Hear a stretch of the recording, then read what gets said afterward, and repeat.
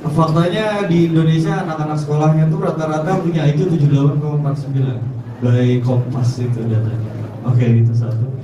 Yang kedua, di Jepang itu saat Hiroshima Nagasaki yang dicari oleh Kaisar Hirohito itu adalah guru. Sedangkan di Indonesia saat ini ada guru SMP di NTT, Lukas Koko, tinggal di perpustakaan, gaji tidak dibayar 10 tahun. Apakah nasib guru akan selalu seperti ini? Apakah cuma jadi gorengan janji-janji pilpres tiap tahun saja? Sampai kapan? Saya di sini berjuang untuk teman-teman saya guru-guru honorer, untuk teman-teman saya yang baru lulus di universitas pendidikannya masing-masing. Tidak mau lagi saya melihat ada guru yang digaji 250.000 dipotong sama TU-nya, 50.000 digaji 750.000. Sedangkan semua permasalahan di dunia pendidikan terarahnya kepada kita, bukan kepada atasan. Terima kasih. Silakan, Kang Anies. Ya, ini saya beri contoh saja ya. Karena kalau saya jawab akan kan besok tuh. Oke, saya bertugas di Jakarta. Tugas Jakarta itu adalah mengurus guru di bidang pendidikan umum. Oke, dan guru di pendidikan umum alhamdulillah gajinya sudah bagus di Jakarta.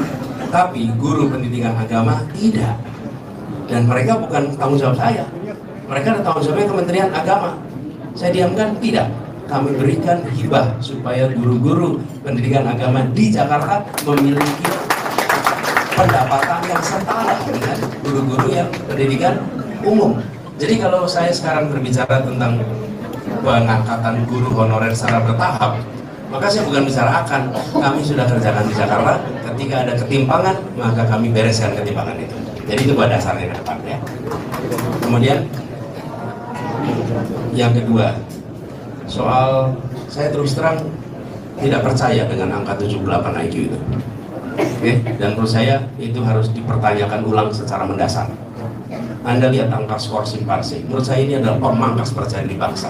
Itu menghancurkan percaya diri kita dengan mengatakan bahwa rata-rata IQ orang Indonesia itu 78. Itu menurut saya tidak boleh kita ulang-ulang.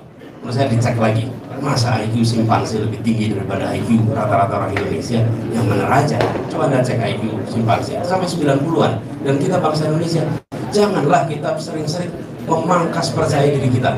Dan saya paling merasa tidak setuju kalau kita itu secara sistemik justru memangkas percaya diri.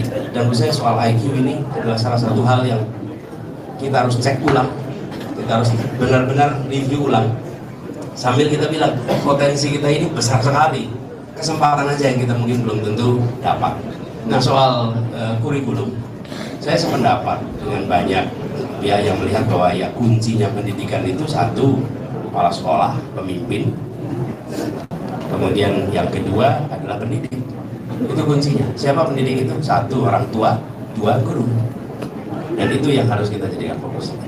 Baik, terima kasih Kang. Sudah waktunya cukup karena tadi sudah cukup lama juga.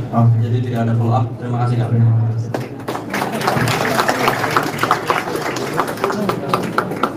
Sudah cukup Kang. Habis waktu. Ya, tapi teman-teman sekalian, persoalan ini tadi ingin saya teruskan sedikit. Ingat kalimat Bung Karno dulu. Bung Karno pernah bilang, beri saya 10 pemuda dan guncangkan dunia. Dan apa katanya? Guncangkan dunia. Kita guncangkan dunia, betul tidak? Teman-teman, ketika kata-kata itu dikatakan, kata itu dikatakan, ya, di saat 95% penduduk ini buta huruf, penduduk Nusantara itu buta huruf.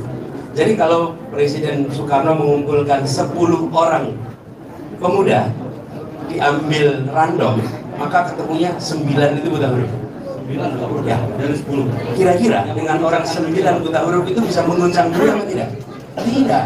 Tapi kalimat itu bukan kalimat tentang 10 orang menguncang dunia. Dia sedang mengirimkan pesan, oh, saudara-saudara sebangsaku, jangan kalian tidak percaya diri. Kalian harus punya percaya diri bahwa kita akan bisa mengguncang dunia dengan 10 orang pemuda. Itu pesan yang tidak memangkas. Coba kalau Bung Karno bilang gini, parah bangsaku ini, 95% buta huruf. Apa yang bisa kita kerjakan dengan orang-orang buta huruf? Apa yang terjadi?